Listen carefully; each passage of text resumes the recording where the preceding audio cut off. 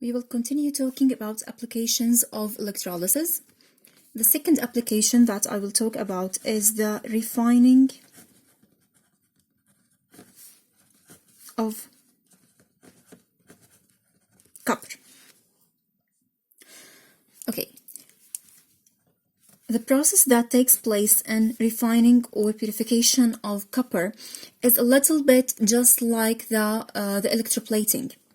In this cell of refining of copper,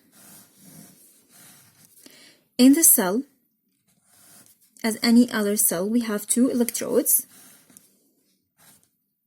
positive and negative, anode and cathode.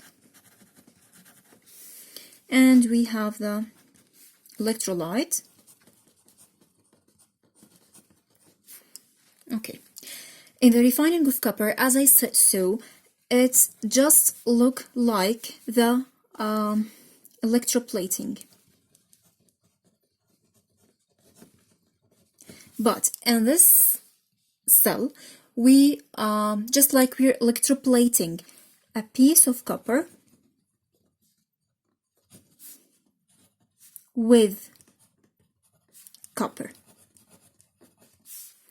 The piece of copper that we electrolyte, which will be on the cathode, because copper ions in the electrolyte will deposit on it. The copper that we electroplate with is the copper that we want to refine. So on the anode, we have impure copper, which means copper plus other elements. Copper plus impurities. This is the impure copper that we want to refine or we want to purify. This is a piece of copper. The ions of copper that are oxidized from here to the solution will be then deposited and reduced on the copper cathode. The electrolyte that is used is copper sulfate. Okay, let's look closer at the electrodes equations. At the cathode, remember that the cathode is also made of copper, so the copper ions that are deposited on the cathode will keep it pure. So Cu2 plus 2 electrons will deposit on the Cu2 plus from the solution, will gain 2 electrons and will be reduced to copper atoms on the cathode, which is already the pure copper.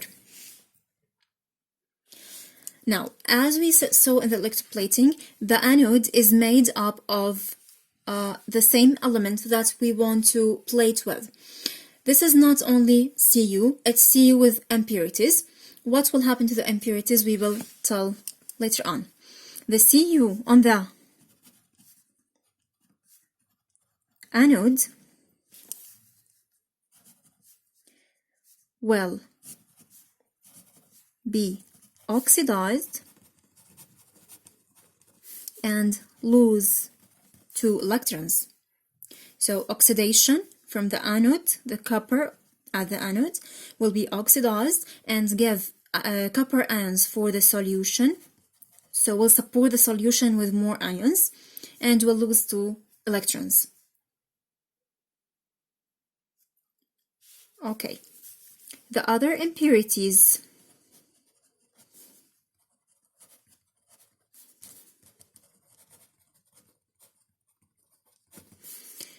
will deposit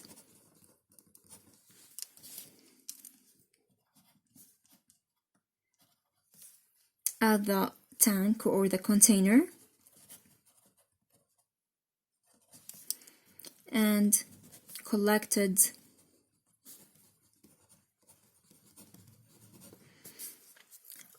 these, we call them anode sludge, and it contains precious metals, just like gold, silver, and other precious metals. So we can also get some benefit from the anode sludge. Okay, just a note over here. Okay, we know that electrons are lost at the anode. This electron loss from the anode, well, these electrons will go through the outer circuit this way from the anode to the cathode. So they will supply the cathode with more electrons that the ions over here will accept and will be reduced and deposit on the cathode. The last application that we will talk about is the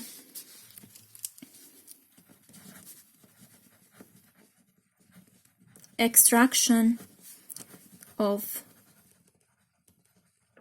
aluminum. Well, extraction of aluminum, well, it's a little bit, well, I won't say difficult, but a little bit complicated, because the cell is a little bit looks different.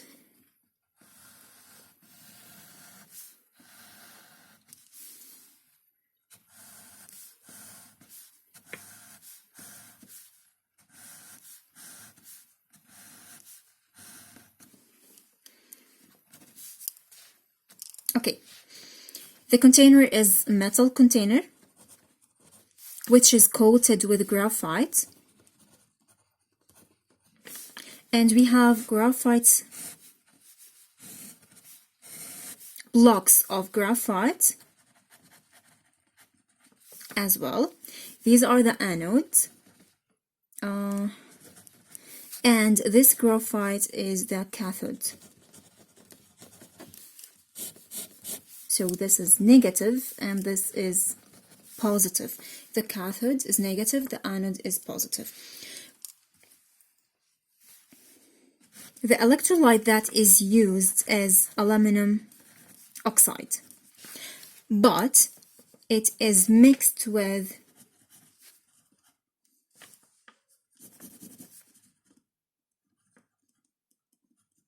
cryolite. By mixing it with cryolite, the melting point will be less. So the melting point of aluminum oxide is very, very high. That's why we mix it with cryolite to make the melting point less. And this will save energy and will make it better conductor. Will save energy and make it a better conductor. Okay, so the ions that we have here, well, the active ions that will be oxidized and reduced are aluminum +3 and oxygen -2. Okay, the aluminum will be attracted to the cathode, so to the coat of graphite that we put on the metal, inside the metal that we coat with the metal. Well, coat the metal with, I mean. Okay, so aluminum will accept electrons and will give aluminum, and will be liquid because of the high temperature. And then it will be collected over here, from over here. It will be collected. Okay? Now the oxygen will be attracted to the anode, which is made of graphite, carbon, carbon, carbon, carbon, carbon, carbon, carbon at high temperature. So oxygen, this is the anode, sorry, the cathode. and this is the anode. The oxygen ions will be oxidized and will give 4 electrons, giving the oxygen gas, O2 gas. The oxygen gas that will be produced over here at the anode, which is, as I said before, it's at high temperature, so the carbon will react with the oxygen gas and it will burn, giving the CO2. So the anode here is burning with the oxygen that's going out of the cell and will give CO2 gas. And that's why the anode that's made up of carbon should be replaced.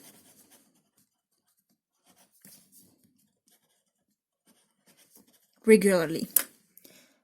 And this is one of the reasons why this method is a little bit expensive.